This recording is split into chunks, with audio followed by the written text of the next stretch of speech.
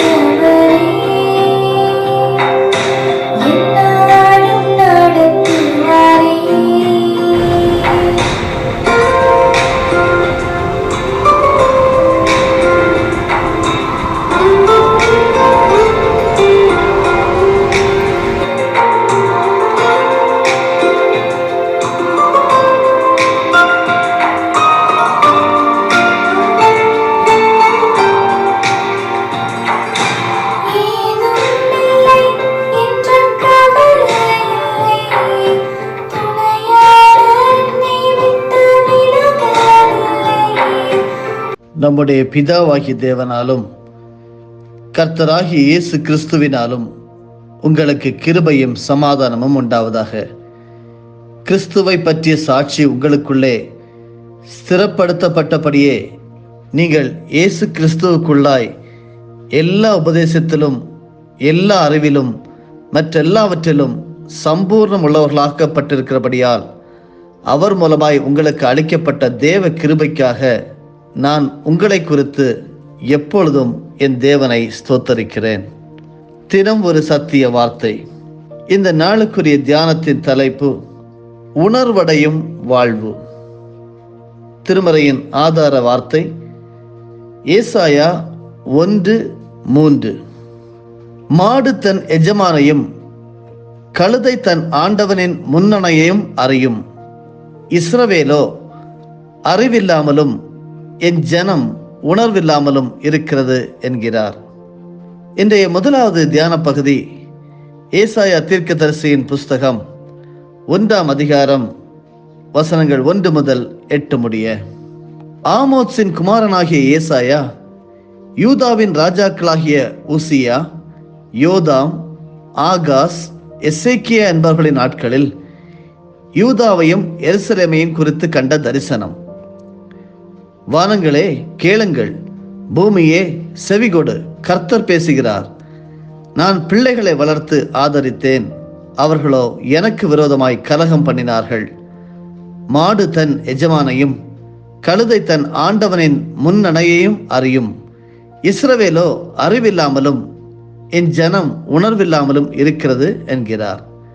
ஐயோ, பாவமுள்ள ஜாதியும் அக்கிரமத்தால் பாரம் சுமந்த ஜனமும் பொல்லாதவர்களின் சந்ததியும் கேடு உண்டாக்குகிற புத்திரருமாய் இருக்கிறார்கள்.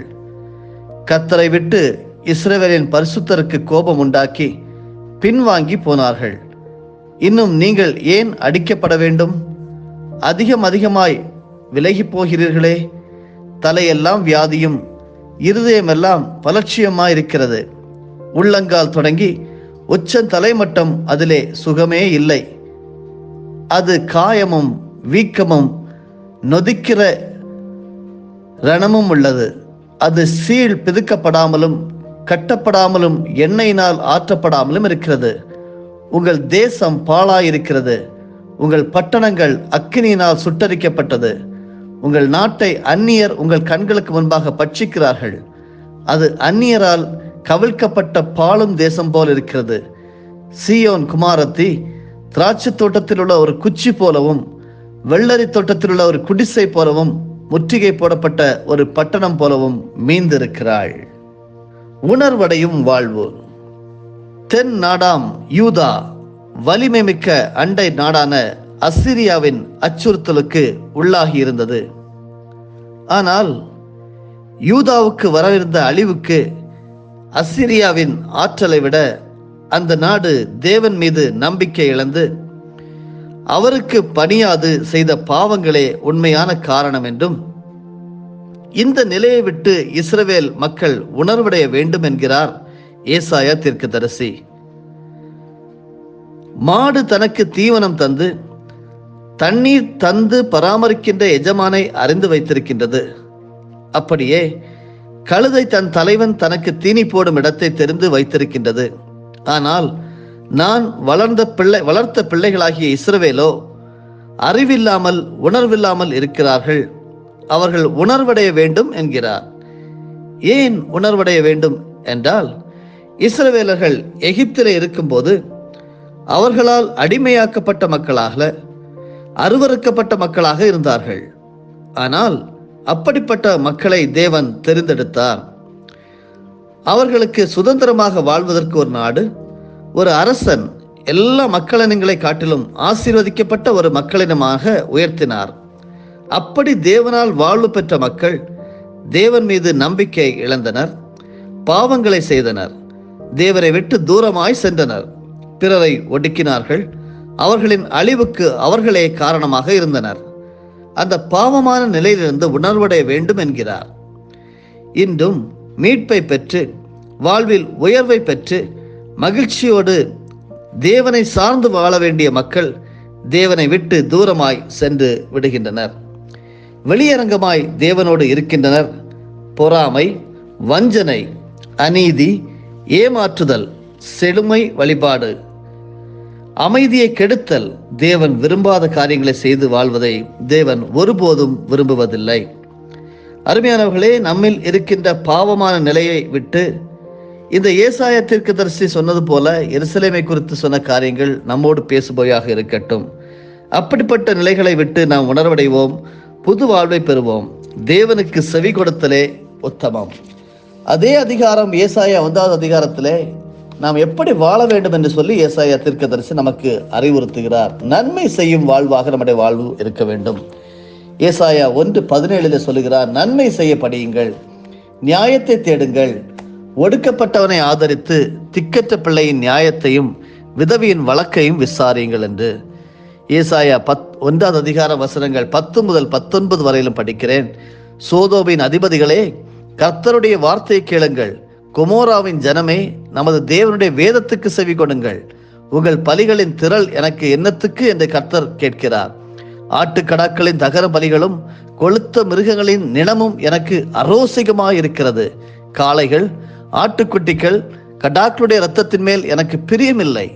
நீங்கள் என் சந்நிதியில் வரும்போது என் பிரகாரங்களை இப்படி மிதிக்க வேண்டும் என்று உங்களிடத்தில் கேட்டது யார்? இனி வீண் காணிக்கைகளை கொண்டு வர வேண்டாம். தூபம் காட்டுதல் எனக்கு அருவருப்பாயிருக்கிறது.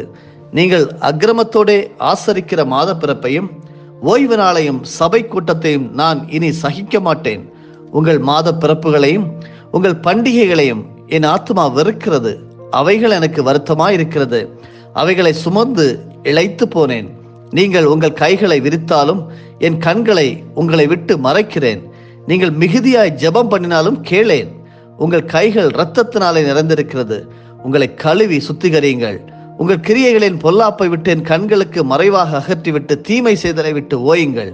நன்மை செய்ய படியுங்கள், நியாயத்தை தேடுங்கள், ஒடுக்கப்பட்டவனை ஆதரித்து திக்கற்ற பிள்ளையின் நியாயத்தையும் விதவையின் வழக்கையும் விசாரியுங்கள்.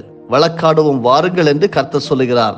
உங்கள் பாவங்கள் சிவேரென்றிருந்தாலும் உறைந்த மலையைப் போல் வெண்மையாகும். அவைகள் இரத்தாம்பர சிவப்பாயிருந்தாலும் பஞ்சை போலாகும். நீங்கள் மனம் பொருந்தி செவி கொடுத்தால் தேசத்தின் நன்மையை புசிப்பீர்கள். அருமையானவர்களே, நன்மையான வாழ்வுக்கு பரிந்துரைக்கிறார் ஏசாயா தீர்க்கதரிசி. 8ஆம் நூற்றாண்டு தீர்க்கதரிசிகளான ஏசாயா, ஆமோஸ், மீகா, ஓசியா ஆகியோர் அதிகமாக வலியுறுத்தும் கருத்து நன்மை செய்யுங்கள், நியாயம் செய்யுங்கள். காரணம், 8ஆம் நூற்றாண்டில் மக்கள் பலி, பலி, காணிக்கை, பண்டிகை இவைகளுக்கு முக்கியத்துவம் கொடுத்தனர். இவைகள்தான் தேவனுக்கு பிரியமானது என்று அவர்கள் நினைத்தனர். ஆனால் தேவன் அவைகள் எனக்கு அருவருப்பானது, நான் அவைகளை வெறுக்கிறேன் என்கிறார். ஆனால் தேவன் விரும்புவது என்ன? நன்மை செய்வது, நியாயம் செய்வது. அதை தான் ஏசாயா தீர்க்கதரிசியும் அழுத்தம் கொடுக்கிறார். அதை யாருக்கு செய்ய வேண்டும் என்பதையும் கூறுகிறார். ஏழைகள், திக்கற்றோர், ஒடுக்கப்பட்டோர், கைம்பெண்கள் இவர்களுக்கு செய்ய வேண்டும். புதிய பொருளாதார வளர்ச்சியினால் ஏழைகள் மிகவும் ஏழைகளாகவும் செல்வந்தர்கள் மிகவும் செல்வம் உள்ளவர்களாகவும் மாறி வருகின்றனர். ஆன்மீகமும் பல நேரங்களில் செல்வந்தர்களை நியாயப்படுத்தி அவர்களை சார்ந்தே நிற்கின்றது. ரியல் எஸ்டேட் என்ற பெயரில் ஏழைகளின் நிலங்களும் உடைமைகளும் பறிக்கப்படுகின்றது. கல்வி, மருத்துவம் என்ற பெயரில் ஏழைகள் சுரண்டப்படுகின்றனர். எல்லா நிலைகளிலும் பாதிப்புக்குள்ளாகி வரும் ஏழைகள், திக்கற்றோர், கைம்பெண்கள், இவர்களுக்கு நன்மை செய்வோம். இவர்களின் நியாயத்துக்காக போராடுவோம். இன்றைய நாளில் வழிபாடுகளுக்கு முக்கியத்துவம் கொடுக்கும் நான் நன்மை செய்ய முன் வருகின்றேனா என்பதை சிந்தித்து தேவன் விரும்பும் செயலை செய்வோம். நீதி உள்ள ஒரு சமூகத்தை கட்டி எழுப்ப நன்மை செய்ய தேவன் உங்களையும் என்னையும் அழைக்கிறார். நன்மை செய்ய படியுங்கள் என்ற இயக்க குரல் உங்களுக்கும் அழைப்பு விடுக்கிறது. சிந்தனைக்கு, நன்மை செய்யும்படி உனக்கு திராணி இருக்கும் போது அதை செய்யத்தக்கவர்களுக்கு செய்யாமல் இராதே. ஜெபிப்போம். மகா பரிசுத்தமும் நீதியும் நியாயமும் உள்ள நல்ல ஆண்டவரே, அலங்காரமாக தந்திருக்கக்கூடிய ஒரு புதிய ஆசீர்வாதமான நாளுக்காக ஸ்தோத்திரம், நன்றி. என்னோடு இணைந்து ஜெபிக்கிறவர்களையும் சேர்த்து நான் ஜெபிக்கிறேன். தகப்பனே, உம்மோடு பேசிக்கொண்டிருக்க நாங்கள் உணர்வடைகின்ற வாழ்வாக எங்களுடைய வாழ்வு மாற வேண்டும். நன்மை செய்கின்ற வாழ்வாக மாற வேண்டும். நன்மை செய்கிறவர்களாகவே இருக்க வேண்டும். நியாயத்தை தேடுகிறவர்களாக இருக்க வேண்டும். ஒடுக்கப்பட்டவர்களை ஆதரிக்க வேண்டும். திக்கற்ற பிள்ளைகளின் நியாயத்தையும் விதவையின் வழக்கை விசாரிக்கிறவர்களாக இருக்க வேண்டும்.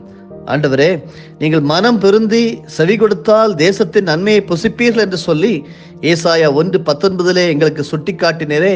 நாங்கள் நன்மை செய்து மனம் பொருந்தி ஒருவருக்கொருவர் கீழ்ப்படிந்து அன்பு செலுத்தி மரியாதை செலுத்தி உமக்கு செவி கொடுத்தால் நாங்கள் இருக்கின்ற தேசங்களிலே நன்மையை புசிப்போம். நன்றி செலுத்துகிறோம். அப்படி நன்மையை புசித்தவர்களாக, உணர்வடைந்தவர்களாக, நன்மை செய்யும் வாழ்வாக என்னுடைய வாழ்க்கை இருக்கத்தக்கதாக எங்களை அர்ப்பணிக்கிறோம்.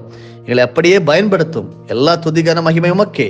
இயேசு இரட்சகர் மூலமே ஜெபங்கேளும் நல்ல பிதாவே, ஆமேன். கர்த்தரே ஸ்தோத்திரி. என் முழு உள்ளமே அவருடைய பரிசுத்த நாமத்தை ஸ்தோத்திரி. என் ஆத்துமாவே கர்த்தரே ஸ்தோத்திரி. கர்த்தர் செய்த சகல உபகாரங்களையும் மறவாதே. ஆமேன்.